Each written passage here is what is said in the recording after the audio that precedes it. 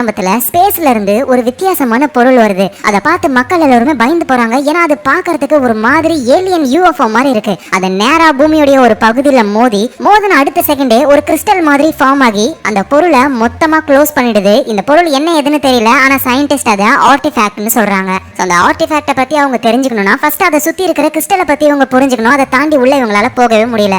இப்படியே 6 மாசங்கள் கடந்து போகுது. அந்த ஆர்டிஃபேக்ட பத்தி எந்த ஒரு விஷயமும் தெரிய வரல. ஆனா அப்பதான் எரிக்ன்ற ஒரு சயின்டிஸ்ட் அவரு கண்டுபிடிக்கிறாரு இந்த ஆர்டிஃபேக்ட்ன்றது ஒரு ஆண்டனா மாதிரி. அந்த ஆண்டனால இருந்து சிக்னல் நம்ம பூமியில இருந்து ரொம்ப தூரம் தள்ளி இருக்கிற ஒரு பைனரி ஸ்டார் சிஸ்டமுக்கு போகுது. அதோட பேரு பைகானிஸ் மஜோரிஸ். இப்ப கவர்மெண்ட் என்ன பண்ணிருக்காங்கன்னா அந்த பைனரி ஸ்டார் சிஸ்டமுக்கு பூமியில இருந்து ஒரு க்ரூவா அனுப்ப போறாங்களாம். இப்படின்னு எரிக் அவரோட ஒய்ஃப் நீக்கோ கிட்ட சொல்ல அவங்களும் எனக்கும் கவர்மெண்ட் கிட்ட இருந்து நியூஸ் வந்தது. இது உனக்கு வந்ததா?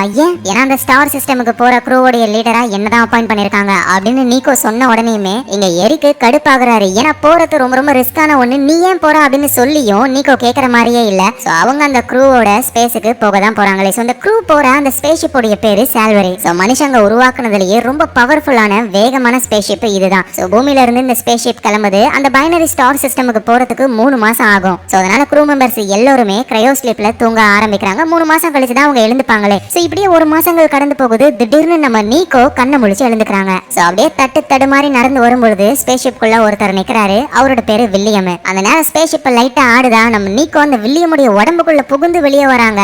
ஏன்னா அந்த வில்லியம்ன்றது ஒரு ஆர்டிபிஷியல் இன்டெலிஜென்ஸ், ஜஸ்ட் ப்ரொஜெக்ஷன் அவ்வளவுதான். இந்த ஸ்பேஸ்ஷிப்பையே கண்ட்ரோல் பண்ணிக்கிட்டு இருக்கிறது இந்த வில்லியம்ன்ற ஏஐ தான். சோ நீக்கோவுக்கு எதுவும் புரியல.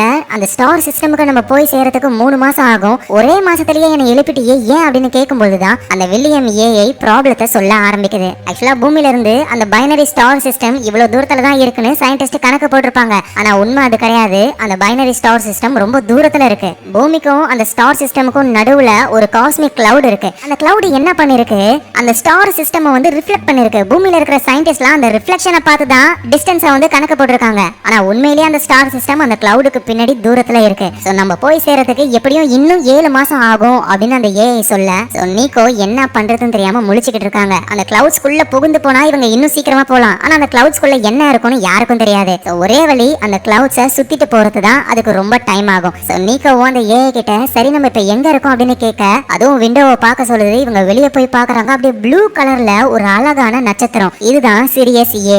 வேற வழியே இல்ல, நீக்கோ ஒரு முடிவு எடுத்தாகணும். அதுக்கு கிரையோ ஸ்லீப்ல தூங்கிக்கிட்டு இருக்கிற க்ரூ மெம்பர்ஸ் எல்லாரையுமே அவங்க எழுப்பணும். அந்த க்ரூ மெம்பர்ல முக்கியமான ஒருத்தர், அவரோட பேரு இயான். ஆக்சுவலா இவர் தான் இந்த க்ரூவோடைய லீடரா இருந்தாரு. ஆனா கடைசி நேரத்துல கவர்மெண்ட் நம்ம நீக்கோவை லீடரா போட்டாங்க. சோ அதனாலேயே இந்த இயானுக்கு நம்ம நீக்கோ மேல கொஞ்சம் கடுப்பம் இருக்கு. சோ நீக்கோ நடந்த எல்லா விஷயத்தையும் சொல்றாங்க. நம்ம இந்த கிளவுட்ஸை சுத்திக்கிட்டு தான் போகணும். ஆனா அதுக்கு ரொம்ப டைம் ஆகும். ஆனா என்கிட்ட இன்னொரு வழி இருக்கு. இப்போ நம்ம சிரியஸ் ஏ ஸ்டார் பக்கத்துல இருக்கோம். சோ நம்ம ஸ்பேஸ்ஷிப்பை அந்த ஸ்டாருக்கு பக்கத்துல போகும்பொழுது அந்த ஸ்டாருடைய கிராவிடேஷனல் ஃபோர்ஸ் நம்ம ஸ்பேஸ்ஷிப்பை வேகமா இழுக்கும். சோ அதனால நம்ம ஸ்பேஸ்ஷிப் செம ஃபாஸ்டா போகும். டக்குனு நம்ம அந்த ஸ்டாரை விட்டு வெளியே வந்துட்டோம்னா அந்த ஸ்பீட்லயே இந்த கிளவுட சுத்திக்கிட்டு வேகமா அந்த பைனரி ஸ்டாருக்கு நம்ம போயிடலாம். இப்படின்னு ஒரு ஐடியாவை சொல்றாங்க. எல்லாருக்குமே ஓகேன்னு தான் தோணுது. சோ அவங்களும் அந்த ஸ்டாருக்கு பக்கத்துல போகலான்னு பார்த்தா அந்த ஸ்டார்ல இருந்து நிறைய ஃபோர்ஸ்லாம் வெளியே வருது. அது இந்த ஸ்பேஸ்ஷிப்ல பட்டுச்சு அப்படின்னா மொத்த சிஸ்டமும் கரப்ட் ஆயிடும். அவ்வளவுதான், இவங்க ஸ்பேஸ்லயே மாட்டிப்பாங்க. சோ நீக்கோவுக்கும் புரிய வருது நம்ம போட்ட பிளான் வேஸ்ட், வேற வழியே இல்ல. அந்த கிளவுட்ஸை சுத்தி நம்ம பொறுமையாவே அந்த பைனரி ஸ்டார் சிஸ்டமுக்கு போலாம் அப்படின்னு சொல்றாங்க.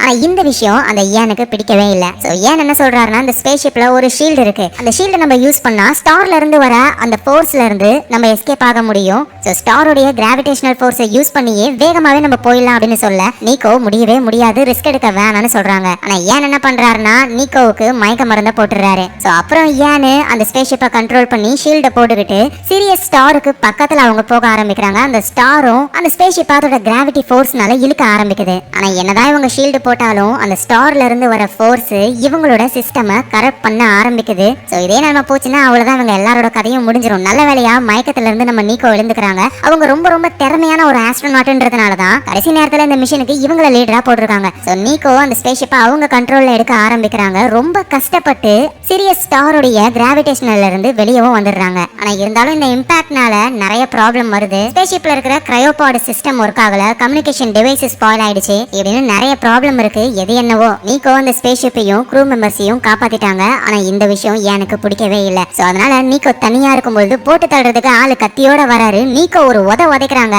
அந்த இடத்துல கரண்ட் பாஸ் ஆகிருக்கு. அதுல மாட்டிக்கிட்டு இயான் அந்த இடத்துலயே இறந்து போறாரு. இந்த நேரத்துல பூமியில நம்ம நீக்கோடைய ஹஸ்பண்ட் இருக்காருல எரிக், அவர் அந்த கிறிஸ்டலை பத்தின ஆராய்ச்சிகளை பண்ணிக்கிட்டு இருக்காரு. அந்த கிறிஸ்டல்ல இருந்து ஏதோ ஒரு சிக்னல் வருது. ஆனா அதோட ஃப்ரீக்வன்சி வந்து ரொம்ப ரொம்ப கம்மியா இருக்கு. அதனால மனுஷங்களால அந்த சிக்னலை கேட்க முடியாது. இந்த புறா, யானை இந்த மாதிரி மிருகங்களால கேட்க முடியும். அதனால எரிக் என்ன பண்றாரு அப்படின்னா, ஒரு பாட்டை லோ ஃப்ரீக்வன்சில சுத்தி ஸ்பீக்கரை வச்சு அந்த கிறிஸ்டலுக்கு அனுப்ப, அந்த கிறிஸ்டலும் திரும்ப அந்த பாட்டை அகைன் சவுண்டா மிமிக் பண்ணுது. இவ்வளவு நாள் அந்த கிறிஸ்டலை பத்தி ஒண்ணுமே தெரியாம இருந்தாங்க. ஆனா இப்ப அந்த கிறிஸ்டலுடைய தன்மையை லைட்டா புரிஞ்சுக்கிட்டோன்னு எல்லாரும் சந்தோஷப்படுறாங்க. அதோட பூமியில இருக்கிறவங்களுக்கும் ஒரு விஷயம் தெரிய வருது. ஸ்பேஸுக்கு போன அந்த சால்வரேன்ற ஸ்பேஸ் ஷிப்ல இருந்து எந்த ஒரு கம்யூனிகேஷனும் ஒர்க் ஆகல. மேபி அந்த ஸ்பேஸ் ஷிப் அழிஞ்சு போயிருக்கலாம் அப்படின்னு சொல்ல, இங்க நம்ம நீக்கோவுக்கும் எரிக்குக்கும் ஒரு குட்டி பொண்ணு இருக்கா. அந்த பொண்ணு ரொம்ப கஷ்டப்படுற, அம்மா இறந்து போயிட்டாங்களோன்னு. ஆனா எரிக் அவரோட பொண்ணு கிட்ட, நீ ஒன்னும் கவலைப்படாத, அம்மா கண்டிப்பா திரும்ப வருவாங்கன்னு சமாதானப்படுத்துறாரு. அதோட எரிக் வந்து ஒரு பாட்டை பிளே பண்ணிருப்பாரு. அந்த கிறிஸ்டல் திரும்ப அந்த பாட்டை லவுடா பிளே பண்ணிருக்கும்ல, அதை ரெக்கார்ட் பண்ணி வச்சு பார்க்கும்போதுதான் அந்த கிறிஸ்டல்ல இருந்து வந்த சவுண்ட் வேவ்க்குள்ள ஏதோ ஒரு இன்ஃபர்மேஷன் ஒளிஞ்சு இருக்கு. ஒருவேளை அந்த ஆர்டிஃபேக்ட் பூமியை அழிக்க வந்திருந்தா அது எப்பயோ பண்ணிருக்கணும். ஐ திங்க் அந்த ஆர்டிஃபேக்ட் நம்ம கிட்ட ஏதோ ஒன்னு சொல்ல வருது அப்படின்னு இந்த விஷயங்களை கிராக் பண்றதுக்கு எரிக் ட்ரை பண்ண ஆரம்பிக்கிறாரு. இந்த நேரத்துல ஸ்பேஸ்ல இருக்கிற நம்ம நீக்கோவும் அவங்களுடைய க்ரூ ஆளுங்களும் ஒரு பெரிய ப்ராப்ளத்தை கண்டுபிடிக்கிறாங்க. ஆக்சிஜன் லெவல் கம்மியா இருக்கு. இன்னும் 5 மணி நேரம் மட்டும்தான் இவங்களால சுவாசிக்க முடியும். அதுக்கப்புறம் எல்லாரும் காலி ஆயிடுவாங்க. என்ன பண்ணலாம்னு எல்லாரும் யோசிக்கிறாங்க. இப்போ இவங்க சீரியஸ் ஸ்டார் சிஸ்டம் கிட்ட தானே இருக்காங்க. அங்க ஏதாவது ஒரு பிளானட் இருக்கும், அங்க ஆக்சிஜன் இருக்கலாம். அங்க போயிட்டு நம்ம ஆக்சிஜனை கலெக்ட் பண்ணலாம்னு தேடும் பொழுது இவங்க நினைச்ச மாதிரியே ஒரு பிளானட் இருக்கு. சோ வேகமா அந்த இடத்துக்கு போக ஆரம்பிக்கிறாங்க. அந்த பிளானட்ல வந்து ஆக்சிஜன் இருக்கு. ஆனா அது வந்து காத்தா இல்ல, ஒரு எலிமெண்டோட கலந்து இருக்கு. சோ இவங்க அந்த பிளானட்ல இருக்கிற ஒரு கேவுக்குள்ள போயிட்டு அந்த எலிமெண்ட்டை எடுக்கிறாங்க. அதுல இருந்து இவங்க ஆக்சிஜனை பிரிச்சு எடுத்துக்கலாம். இந்த வேலையை இவங்க பண்ணிக்கிட்டு இருக்கும் போதே இந்த பிளானட்டோடைய ஒரு மூன் ஒண்ணு அது அப்படியே இந்த பிளானட்ல மோதி இப்ப இந்த பிளானட்டை அழிய போகுது. வேக வேகமா ஆக்சிஜன் இருக்கிற அந்த எலிமெண்ட்டை எடுத்துக்கிட்டு இவங்க ஸ்பேஸுக்கு எஸ்கேப் ஆகி போறாங்க. சோ அவ்வளவுதான், இவங்களுக்கு தேவையான ஆக்சிஜன் கிடைச்சிருச்சு, எல்லாமே நல்லா போகுது அப்படின்னு நினைக்கும் போதுதான் நீக்கோடைய க்ரூல இருக்கிற ஒரு பொண்ணு அப்படியே ஜாம்பி மாதிரி உடம்பெல்லாம் முறுக்கிக்கிட்டு வித்தியாசமா நடந்துக்க ஆரம்பிக்கிறாங்க. இவங்க மட்டும் கிடையாது, நம்ம நீக்கோ இருக்காங்கல்ல, அவங்களுக்கு சடனா கண்ணு தெரியாமலும் போயிடுது. என்னடான்னு பார்க்கும்போதுதான் ஒரு பிளானட்ல இறங்கி ஆக்சிஜன் எடுக்க போனாங்கல்ல, அந்த பிளானட்ல இருந்து ஏதோ ஒரு வித்தியாசமான வைரஸ் இவங்க எல்லார் மேலயும் பரவி அவ்வளவுதான் கொஞ்சம் கொஞ்சமா இவங்க சாக போறாங்க. நம்ம ஊருக்குள்ள வர சாதாரண வைரஸ்க்கு மாத்து மருந்து கண்டுபிடிக்கவே நாக்க தள்ளி போகுது. இதுல ஊரு பேர் தெரியாத பிளானட்ல இருக்கிற வைரஸை எப்படி நம்ம தடுக்க போறோம் அப்படின்னு புரியாம என்ன பண்ணலாம்னு இவங்க யோசிச்சுக்கிட்டு இருக்கும் போதுதான் ஒரு விஷயத்தை கண்டுபிடிக்கிறாங்க. காமா ரேடியேஷன் மூலியமா இந்த வைரஸை அழிக்க முடியும் அப்படின்னு. இந்த ஸ்பேஸ் ஷிப்லயே காமா ரேடியேஷன் இருக்கிற லைட்ஸ் எல்லாம் இருக்கு. ஆனா அதை யூஸ் பண்ணி ஒவ்வொருத்தரா சரியாகிறதுக்கு டைம் ரொம்ப ஆகும். அதுக்குள்ள அந்த வைரஸ்னால எல்லாருமே இறந்தே போயிடுவாங்க. சோ அப்பதான் நீக்க ஒரு பிளான சொல்றாங்க. வேகமா இந்த ஸ்பேஸ் ஷிப்பை சிறிய ஸ்டார் கிட்ட கொண்டு போங்க, அந்த ஸ்டார்ல இருந்து காமா ரேடியேஷன் வரும் அப்படின்னு சொல்ல இவங்களும் வேகமா போறாங்க. அந்த ஸ்டாரோடைய வெளிச்சம் படுற மாதிரி இவங்க எல்லாரும் நிக்கிறாங்க. கரெக்டா அவங்க மேல வெளிச்சம் படுது. அவங்க உடம்புல இருக்கிற வைரஸும் அழிஞ்சு போகுது. சோ நம்ம நீக்க இருக்காங்கல்ல, அவங்க மயங்கி கீழே விழுந்துடுறாங்க. சோ அவங்கள கண்ணை முழிக்க வைக்கலாம்னு பார்த்தா அவங்க கண்ணை முழிச்சிக்கவே மாட்டாங்க. ஏன்னா நீக்கோ வந்து இப்ப கனவுக்குள்ள இருக்காங்க. ஆக்சுவலா சிம்பிளா சொல்லணும்னா கோமா ஸ்டேஜ்ல இருக்காங்க. அவங்க மைண்டுக்குள்ள ஒரு விஷயம் ஓடிக்கிட்டு இருக்கு. அதுல இருந்து அவங்க வெளியே வந்தாதான் ரியல் லைஃப்ல அவங்க கண்ணை முழிச்சுக்க முடியும். இந்த ஸ்பேஸ் ஷிப்போடைய வில்லியம்ன்ற இருக்குல்ல, அது நம்ம நீக்கோவுடைய கனவுக்குள்ள போகுது. நீக்கோ கிட்ட நடந்த விஷயத்தெல்லாம் சொல்லி சீக்கிரம் எழுந்துரு அப்படின்னு சொல்லுது. ஆனா நீக்கோவால எழுந்துக்க முடியல. அவரும் நீக்கோவுடைய க்ரூவை சேர்ந்த ஒருத்தர் அவரும் டிவைஸ் எல்லாம் மாடிக்கிட்டு நீக்கோவுடைய கனவுக்குள்ள போறாரு. ஆக்சுவலா நீக்கோவுக்கு என்ன ப்ராப்ளம்னா, இதுக்கு முன்னாடி ஒரு மிஷனுக்கு அவங்க போயிருப்பாங்க. அதுல இவங்க பண்ண ஒரு முடிவுனால நிறைய க்ரூ மெம்பர்ஸ் இறந்திருப்பாங்க. அந்த குற்ற உணர்ச்சியில இவங்க இருக்காங்க. உள்ள போன க்ரூ மெம்பரும் இதுக்கும் உங்களுக்கும் எந்த ஒரு சம்பந்தமும் இல்ல, அந்த கில்ட்ல இருந்து வெளியே வாங்க அப்படின்னு சொல்றாரு. நீக்கோவும் அந்த கில்ட்ல இருந்து வெளியே வராங்க. ரியல் லைஃப்ல இருந்து கண்ணை முழிச்சு எழுந்துக்கிறாங்க. அவ்வளவுதான், இப்பொழுதைக்கு எந்த ஒரு ப்ராப்ளமும் இல்ல. ஆனா அப்பதான் ஒரு விஷயம் தெரிய வருது.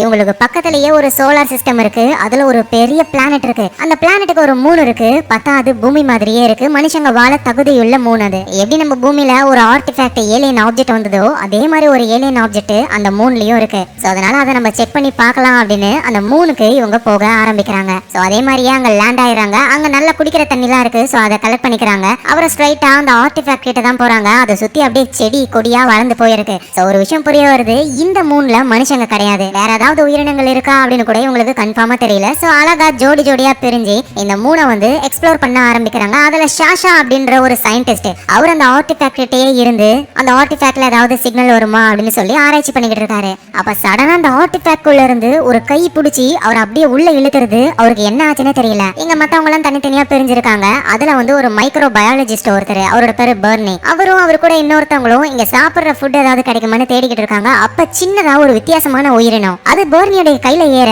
பயந்து போய் கீழே விழுறாரு. கீழே ஒரு முள்ளு அவரோட காலில் குத்திக்குது. அந்த முள்ளு ஏதோ விஷ முள்ளு போல அவர் காலை அப்படியே பச்சை கலர்ல மாறுது. வருது. சோ வேக வேகமா அவங்க ஸ்பேஸ்ஷிப்புக்கு வந்துகிட்டு இருக்காங்க. இங்க நம்ம நீக்காவும் க்ரூ மெம்பர் ஒருத்தவங்களும் அப்படியே வந்துகிட்டு இருக்கும்போது அந்த ஆர்டிஃபேக்டோட ஒரு பீஸை கண்டுபிடிக்கிறாங்க. அதோட ஒரு இடத்துல சும்மா அழகான பூக்கள் இருக்கிற ஒரு கார்டனை பாக்குறாங்க. ஆனா அது சாதாரண பூ கிடையாது, போதை பூ. அதை ஸ்மெல் பண்ண உடனே நம்ம நீக்கவும் கூட வந்தவங்களும் போதை ஆயிடுறாங்க. சோ போதை தெளிஞ்சதுக்கு அப்புறம் திரும்ப ஆர்டிஃபேக்ட் கிட்டே வராங்க. ஏன்னா அங்கதானே அந்த ஷாஷான்றவர் இருக்காரு. பார்த்தா அங்க ஷாஷாவை காணோம், எங்க போயிருப்பா அப்படின்னு நீக்கோ தேடும்போது பின்னாடி இருந்து வராரு. ஏன்னா இங்கதான் இருக்கேன், வாங்க நம்ம போலாம் அப்படின்னு ஷாஷா கூப்பிடுறாரு. சரி ஓகேன்னு எல்லாருமே ஸ்பேஸ்ஷிப்புக்கு போக ஆரம்பிக்கிறாங்க. அப்பதான் பூமியில இருந்து ஸ்பைடர் பூச்சி மாதிரி ஒரு உயிரினம் வெளியே வருது. அதை பார்த்து இவங்க ஷூட் பண்றாங்க. உள்ள இருந்து அப்படியே கொச்ச கொச்சன்னு வெளியே வருதா, தெரிச்சுக்கிட்டு இவங்க ஸ்பேஸ்ஷிப் குள்ள ஏறி மேல போயிடுறாங்க. இந்த மூணு வந்து மனுஷங்க வாழ தகுதியில தான் இருந்தாலும் இங்க இருக்கிற உயிரினங்கள் மனுஷங்களை கொன்னுடுங்க. எப்படியோ எல்லாரும் சேஃபா ஸ்பேஸ்ஷிப்புக்கு வந்துடுறாங்க. ஆனா இவங்க கூடவே அந்த பர்னி இருக்காருல, அவர் கையில வித்தியாசமான ஒரு உயிரினம் இருந்தது, அதுவும் ஸ்பேஸ்ஷிப் குள்ள வந்துருது. யாரும் அதை பார்க்கவே இல்ல. சோ அந்த குட்டி மிருகம் என்ன பண்ணுதுன்னா ஸ்பேஸ்ஷிப் உடைய வயர்ஸ் எல்லாம் கடிக்க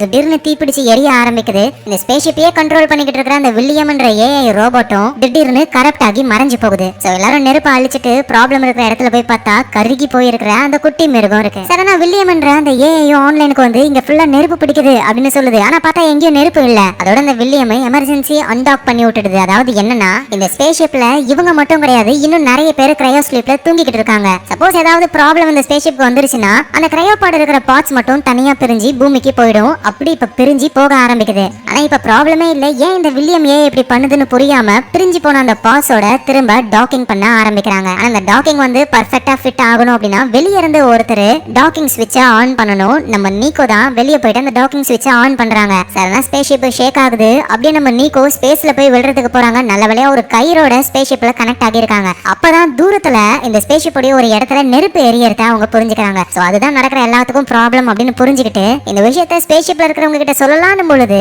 திடீர்னு ஸ்பேஸ்ஷிப் உடைய அந்த ஷீல்டு ஓபன் ஆகி கயிறு கட் ஆகி அந்த ஸ்பேஸ்ஷிப் அங்கிருந்து மறைஞ்சு போகுது. நீக்கோ அப்படியே ஸ்பேஸ்ல இப்ப தனியா மாட்டிக்கிட்டு இருக்காங்க. அவங்க கிட்ட ஆக்சிஜன் ரொம்ப ரொம்ப கம்மியா இருக்கு. இங்க நம்ம நீக்கோட க்ரூவும் அந்த ஷீல்ட் எல்லாம் ஆஃப் பண்ணி இப்ப நீக்கோ இருக்கிற அந்த இடத்துல தான் இருக்காங்களே. ஆனா இவங்க கண்ணுக்கு நீக்கோ எங்க இருக்காங்கன்னு தெரியல. ஏன்னா அவ்வளவு பெரிய ஸ்பேஸ்ல நீக்கோ தம்மா துண்டு தான் இருப்பாங்க. சோ நீக்கோ ஏதாவது ஒண்ணு பண்ணணும்னு அவங்க சூட்டை கிழிச்சு அதுல இருந்து வெளியே வர ஆக்சிஜனை பத்த வைக்கிறாங்க. இதனால ஒரு பெரிய ஃபிளேர் உருவாகுது. அத க்ரூ ஆளுங்க பார்த்து உடனே நீக்கோவை காப்பாத்தி ஸ்பேஸ்ஷிப் குள்ள கொண்டு போறாங்க. சோ நீக்கோ இந்த ஸ்பேஸ்ஷிப்ல ஒரு இடத்துல ப்ராப்ளம் இருக்கிறத பாத்துருப்பாங்களா, அந்த விஷயத்த சொல்ல க்ரூவை சேர்ந்த ஒரு லேடி அவங்க அந்த ப்ராப்ளத்தை சரி பண்ண போறாங்க. ஒரு ப்ராப்ளத்தை சரி பண்ணிடுறாங்க. ஆனா அவங்களோட உடம்பே அப்படியே கருகி போய் இறந்து போறாங்க. சோ அந்த வில்லியம் என்ற ஏஐயும் திரும்ப ஆன்லைனுக்கு வந்துருது. இந்த நேரத்துல பூமி மாதிரியே இருக்கிற ஒரு மூன்ல வந்து ஆர்டிஃபேக்ட் இருக்கும். அதுல ஷாஷான்ற ஒருத்தர் ஏதோ ஒண்ணு வந்து இழுக்கும்ல, அந்த ஷாஷா வந்து இப்ப ஸ்பேஸ்ஷிப்ல வித்தியாசமா நடந்துகிட்டு இருக்காரு. தலையை ஸ்கேன் பண்ணி அந்த டேட்டாவெல்லாம் பார்த்துட்டு அதை யாருக்கும் தெரியாம டெலிட் வேற பண்றாரு. அதோட இந்த ஷாஷாவோட கண்ணுக்கு அவரு மாதிரியே இன்னொரு ஒரு உருவமும் தெரிய ஆரம்பிக்குது. இந்த நேரத்துல பூமியில நம்ம நிக்கோவுடைய ஹஸ்பண்ட் எரிக் இருக்காருல்ல, அவர் அந்த கிறிஸ்டலை பத்தி நல்லா தெரிஞ்சுக்கணும் அப்படின்னு லைட் எல்லாம் யூஸ் பண்ணி அது மேல ஃபோர்ஸா அடிக்கும் பொழுது அந்த கிறிஸ்டலுடைய பிரைட்னஸ் அப்படியே கம்மியாகி திடீர்னு ஒரு டோர் ஒன்னு ஓபன் ஆகுது. அதுக்குள்ள போகிறதுக்கு எல்லாரும் பயப்படுறாங்க. அதனால ஃபர்ஸ்ட் ட்ரோன் அனுப்பலாம்னு உள்ள அனுப்புனா அந்த ட்ரோன் சிக்னல் கட் ஆகுது, அப்படியே கிளிச் ஆகுது. அதுல இந்த ஷாஷா பயபுள்ளியுடைய முகம் தெரியுது. ஆக்சுவலா அந்த ஷாஷாவுடைய அப்பா பெரிய ஆளு, அவரு செக்ரட்டரியா இருக்காரு. அவரு எரிக் கிட்ட என் பையன் உன்னோட ஒய்ஃப் கூட ஸ்பேஸுக்கு தானே போனா, வீடியோல எப்படி அவன் முகம் தெரியுதுன்னு புரியல அவங்களுக்கு. சரின்னு நம்ம எரிக்கும் அவரே வாலண்டியரா அந்த கிறிஸ்டலுக்குள்ள போக ஆரம்பிக்கிறாரு. பார்த்தா அங்க ஷாஷாவுடைய உருவம் தெரியுது. அது நம்ம எரிக்க உள்ள கூட்டிட்டு போகுது. உள்ள போக போக அப்படியே பிரைட்டான வெளிச்சம் மட்டும் தான் தெரியுது. அவர் சடனா ஷாஷாவை காணும். பார்த்தா எரிக்க ஒரு இடத்துல இருக்காரு. நம்ம எரிக்கும் நீக்கவும் முதல்ல மீட் பண்ணிக்கிட்ட இடம் தான் அது. அங்க நீக்கவும் இருக்கிற மாதிரியான இல்லூஷன்லாம் தெரியுது. எரிக்கும் புரிஞ்சுக்கிறாரு, கண்டிப்பா இதெல்லாம் பண்றது ஏலியனோட வேலை தான் அப்படின்னு. சோ நீ நீக்கோவா இருக்க வாய்ப்பு இல்ல, உங்களுக்கு என்ன வேணும் அப்படின்னு சொல்லி கேட்கும் பொழுது சடனா போர்ட்ல சால்வே பண்ண முடியாத ஒரு மேத்தமேட்டிக்கல் ப்ராப்ளம் ஒண்ணு இருக்கு. ஆல்ரெடி எரிக் இதை சால்வ் பண்ண ட்ரை பண்ணாரு, முடியல. ஆனா இப்ப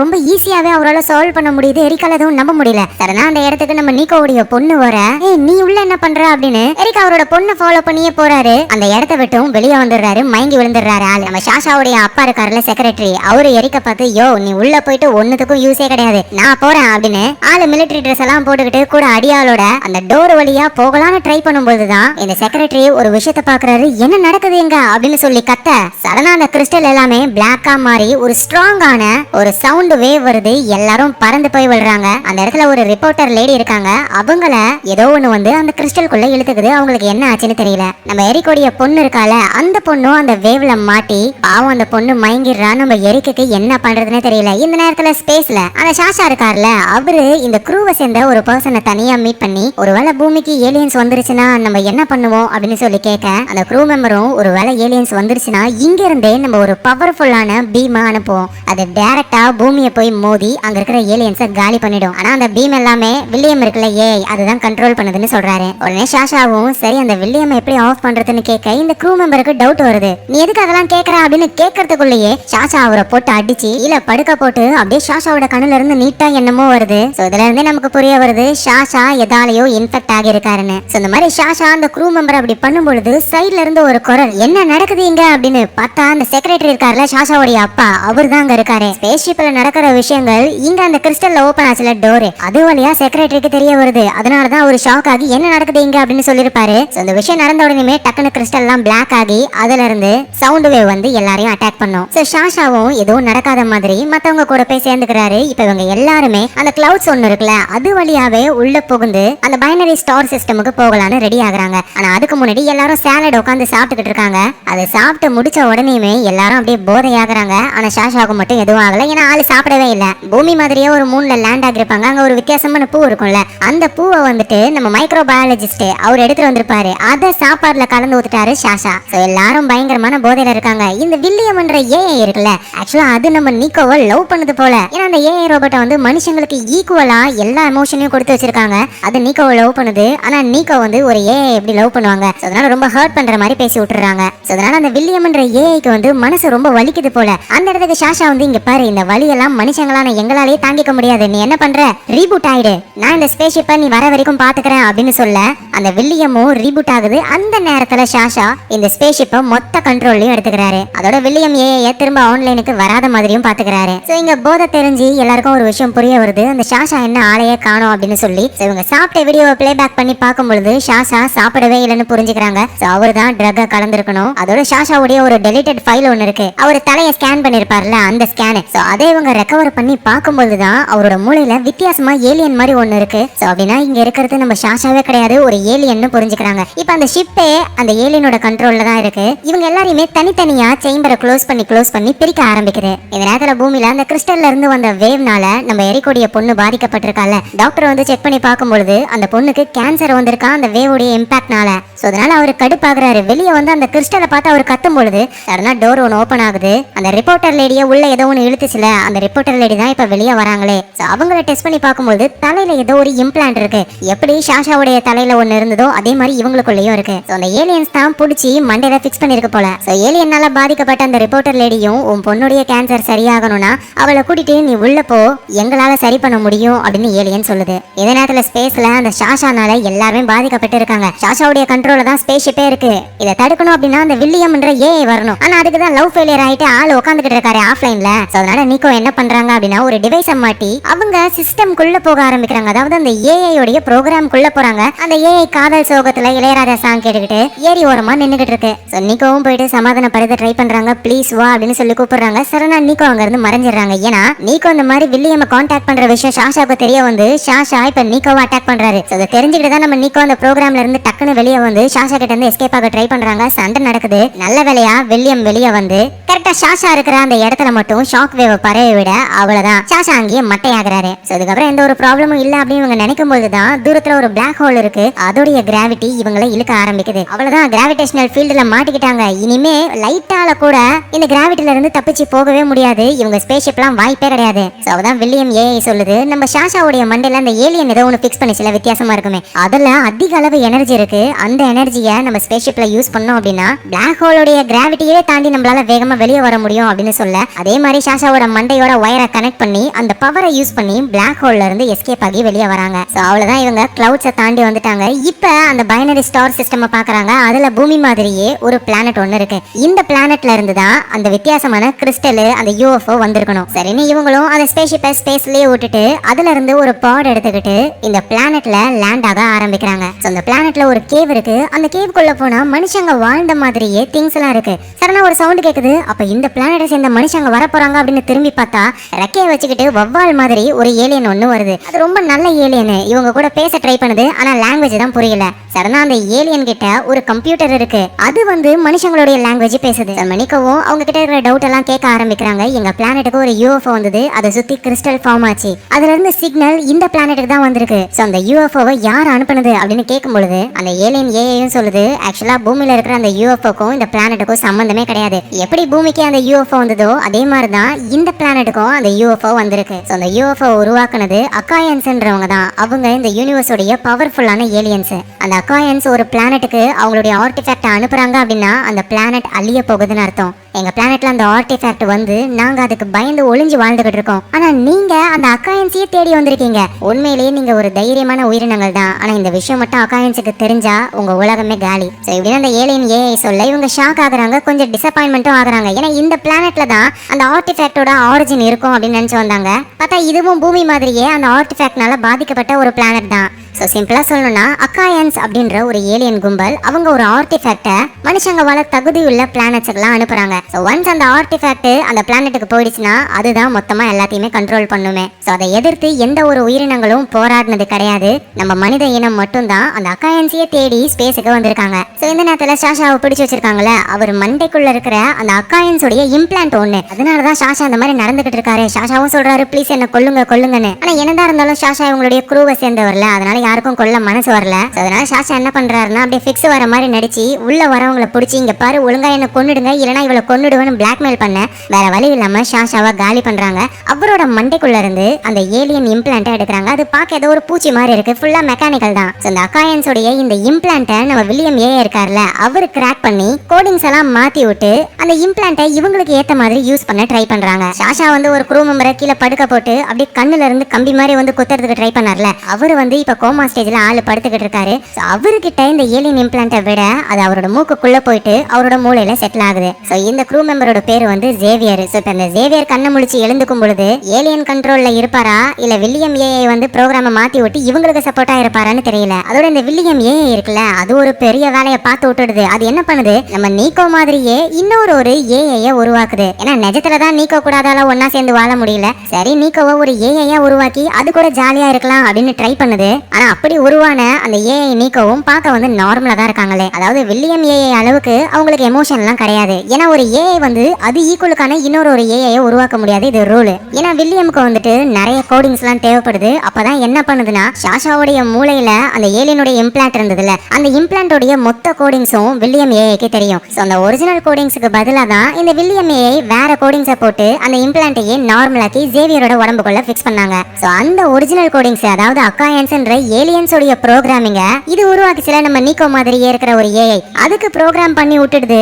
இதனால இப்ப இந்த ஸ்பேஸ்ஷிப்ல ரெண்டு ஏஐ இருக்கு. ஒன்னு நம்ம வில்லியம் ஏஐ நல்ல ஏஐ, இன்னொன்னு அந்த ஏலியன்ஸோடைய ப்ரோக்ராம்ல இயங்கிக்கிட்டு இருக்கிற நம்ம நீக்கோ மாதிரியே இருக்கிற ஒரு ஏஐ. ஆனா அந்த ஏஐயும் உருவத்தை மாத்துது வேற ஒரு பொண்ணு மாதிரியே. இந்த வில்லியம் ஏஐக்கு எதுக்கு தேவையில்லாத இந்த வேலை, லவ் பண்ணி என்னத்தை கிழிக்க போகுது, இப்ப தேவையில்லாம ப்ராப்ளத்தை கிரியேட் பண்ணிக்கிட்டு இருக்கு. இந்த விஷயம் எதுவும் தெரியாம நம்ம நீக்கோ இந்த பிளானட்ல இருக்காங்க. சோ இந்த பிளானட்ல வந்து இந்த வவ்வால் மாதிரி ஒண்ணுத்த பார்த்தோம்ல, அதுங்க தான் வாழுதுங்க. நம்மள மாதிரியே டெக்னாலஜி எல்லாம் வளர்ந்து போயிருக்கு. சோ நம்ம நீக்கவும் ஒரு சிட்டி மாதிரி ஒரு இடம் இருக்கு, அங்க போய் பாக்குறாங்க. பார்த்தா ஃபுல்லா மண்டை ஓடா இருக்கு. அந்த மண்டை ஓட்டுல அந்த அக்காயன்ஸோடைய அந்த இம்ப்ளான்டோடைய ஷேப் தெரியுது. சோ பூமிக்கு வந்து அதே மாதிரி ஆர்டிஃபேக்ட் இந்த பூமிக்கு வந்து இங்க இருக்கிற உயிரினங்களை பாதிச்சு மொத்தமா அழிச்சிருச்சு. சோ இதே மாதிரிதான் மனுஷங்களுக்கும் கொஞ்சம் கொஞ்சமா அந்த இம்ப்ளான்ட் பரவி மொத்தமா எல்லாரும் இறந்து போக போறாங்க. சோ நேரா நீக்கவும் அந்த குகைக்கு போறாங்க. அங்க இருக்கிற ஏலியன் கூட பேச ட்ரை பண்றாங்க. ஆனா லாங்குவேஜ் தான் புரியாதே. நல்ல வேலையா ஏஐ இருக்கு. இவங்க அந்த ஏஐ கிட்ட பேச அதை டிரான்ஸ்லேட் பண்ணி அந்த ஏலியனுக்கு புரிய வைக்குது. இவங்க என்ன சொல்றாங்கன்னா, உங்க பிளானட்ல இருக்கிற அந்த ஆர்டிஃபேக்ட்டை எங்களோட ஸ்பேஸ்ஷிப்பை யூஸ் பண்ணி ஒரு பவர்ஃபுல்லான பீமால அழிக்க முடியும். நீங்க ஓகேனா சொல்லுங்க, நாங்க அதை அழிக்கிறோம் அப்படின்னு சொல்ல அந்த ஏலியனும் ப்ளீஸ் அழிங்க, நாங்க நிம்மதியா வாழணும்னு ஆசைப்படுறோம் அப்படின்னு சொல்லுது. சரின்னு நீக்கவும் ஸ்பேஸ்ஷிப்ல இருக்கிறவங்க கிட்ட ஆர்டர் போடுறாங்க. கரெக்டா அந்த ஆர்டிஃபேக்ட் எங்க இருக்கோ அங்க பீம் அடிங்கன்னு. சோ அதே மாதிரி அவங்களும் பீமை யூஸ் பண்ண அந்த ஆர்டிஃபேக்டே மொத்தமா காலி ஆகுது. சோ இதுக்கு மேல இந்த பிளானட்ல இருக்கிற மீதி உயிரோட இருக்கிற உயிரினங்கள் நிம்மதியா வாழலாம். இந்த ஒரு சந்தோஷத்தோடவே நீக்கவும் அவங்க க்ரூ ஆளுங்களும் திரும்ப ஸ்பேஸ் ஸ்டேஷனுக்கே போயிடுறாங்க. இந்த நேரத்துல பூமியில நம்ம பூமியில வந்து அந்த அக்காயன்ஸோடைய இம்ப்ளான்ட்னால மாட்டி இருக்கிற ஒரே ஒருத்தவங்க யாருன்னா அந்த ரிப்போர்ட்டர் லேடி லேடி தான். அவங்க மண்டையில இருந்து அந்த ஏலியனுடைய இம்ப்ளான்ட்டை எடுக்கலாம்னு ட்ரை பண்றாங்க.